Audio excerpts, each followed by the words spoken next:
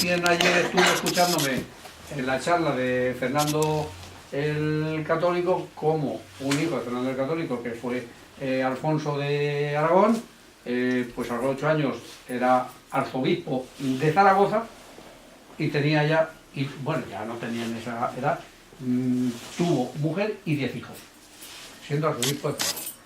O sea que en una época en la que sí. Pero leíamos, por ejemplo, el Cantar de Mío Cid, también me impresionaba mucho las coplas a la muerte de su padre, de Jorge Manrique, en fin, luego en una época un poco más crecidita ya te atrae el poeta del amor por excelencia, como era Gustavo Adolfo Bécquer, con sus rimas, y así tomo en contacto con la poesía. Pero el elemento fundamental en mi vida por la afición a la poesía es mi primo Emilio.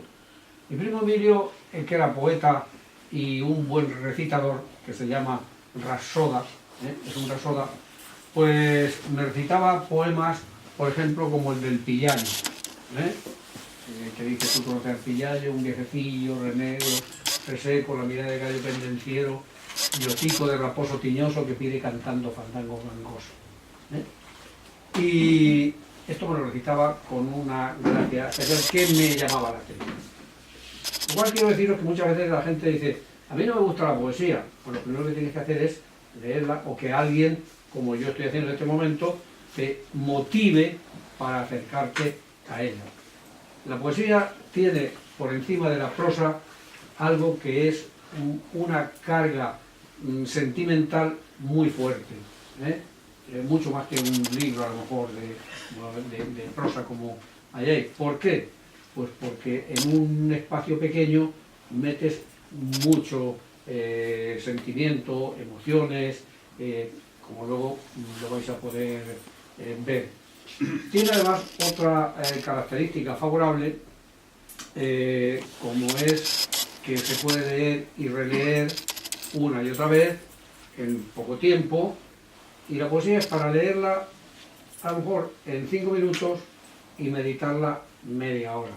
¿Por qué? Pues porque los que escribimos intentamos llegar más allá de las palabras, porque en realidad lo que estás expresando son sentimientos, y los sentimientos es muy difícil de expresar. Entonces tienes que elegir muy bien la palabra que exprese ese sentimiento que tú quieres transmitir. Ese es un motivo fundamental, ya digo, en mi vida poética. Mi primo Emilio, ya fallecido, desafortunadamente, hice lo que hubo un poeta que fue José Zorrilla en el entierro de María José de Larra, que fue que recitó un poema. Yo, cuando murió mi primo en el cementerio, le recité un poema que le había hecho. Como también se lo hice, porque la poesía a veces tiene sus momentos. Yo le hice un poema que lo tengo hecho y no lo he traído, pues porque es muy íntimo, pero no tendría inconveniente en leerlo algún día. Un poema que le hice a mi padre cuando falleció, que le titulo In Memoriam. Bueno, pues una vez con todo este bagaje que va desde los años de estudiante y años de niño, porque mi primo me recitaba cuando yo tenía pues unos 9 o 10 años. Él me recitaba,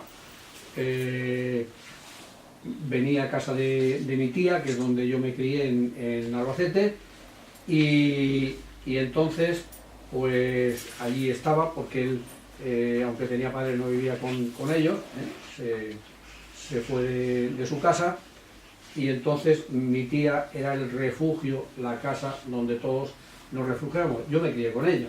Yo, como digo por ahí, que luego aparecerá a lo mejor en algún escrito y tal, pues nací en Albacete, me bautizaron en la catedral, y luego hasta que tuve los 6 años, que me fui al pueblo con mis padres, porque empecé la escuela con mi padre, que era maestro. Entonces de 6 a 9 años estuve con mi padre, y a partir de los 9 años ya me fui a Albacete y allí hice los estudios y ya nunca volví a mi casa.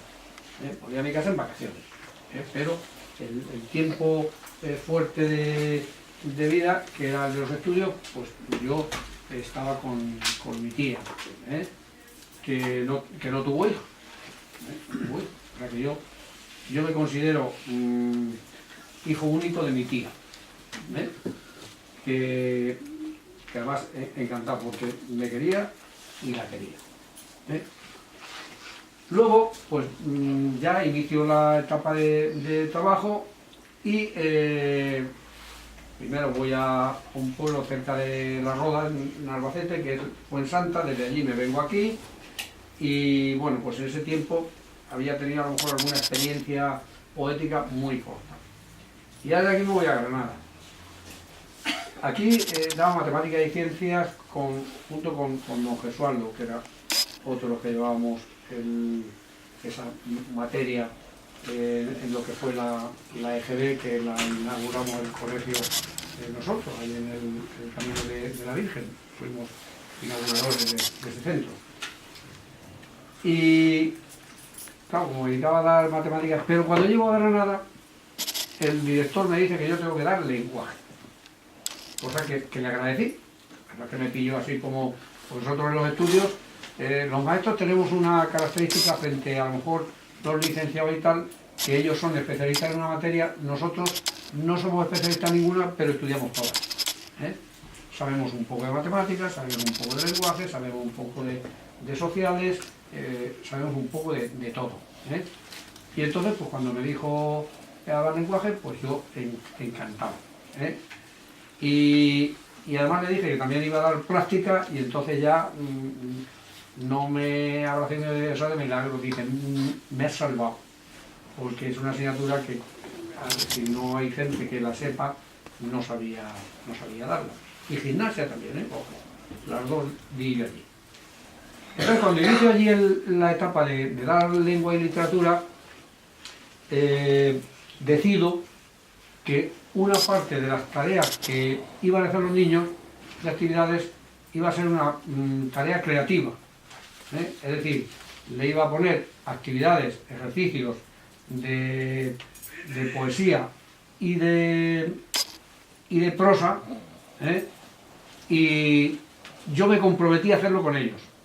De tal manera que si a lo mejor un niño decía, no, pues mira, a mí no me sale y tal, pues yo estaba allí y decía, mira, a mí me ha salido esto, a ver qué te parece. Y afortunadamente le solía gustar. Entonces, resultado de aquella primera experiencia, pues fue que, no sé, a lo mejor Manuel tendrá por ahí o no, me he traído, hice este libro, que se titula Mi alrededor. Alguien a lo mejor lo habéis visto o no, pero vamos, este es, por lo tanto, el segundo libro que hago. Este es pequeño, pero preparado para trabajarlo en clase.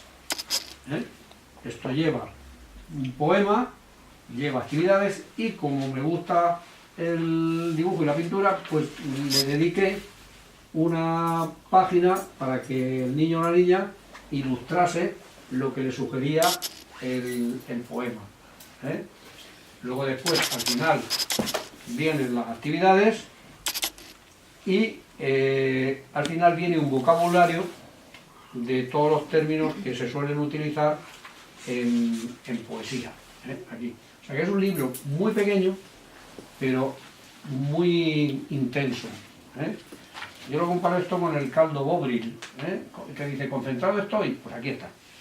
Este es el Bovril de la poesía. Y ese, la verdad es que se repetió muy bien, se puso en algunos colegios, y bueno, afortunadamente pues yo he tenido la suerte y el orgullo de que concretamente en el Instituto de Ayora me lo pusieron como libro de refuerzo del área y de apoyo del área de lenguaje. A continuación, pues ya me he iniciado en la poesía. Y entonces surge que algún compañero se jubila. Concretamente, la primera es una compañera que se llama Piedad. Y yo decido hacerle un poema a Piedad para que ese día de la jubilación se sienta menos triste, ¿no? Parece que uno se va y ya no sabemos a partir de ahí, la vida se acaba. Pues no. Lo que pasa es que hay que buscar actividades que te llenen porque de trabajar no se debe dejar nunca de trabajar desde mi punto de vista, mientras que uno tiene actividad. Lo único que haces es quitarte de encima la obligación de ir al trabajo a las 8 o tal, pero no quiere decir que no tengas que hacer cosas.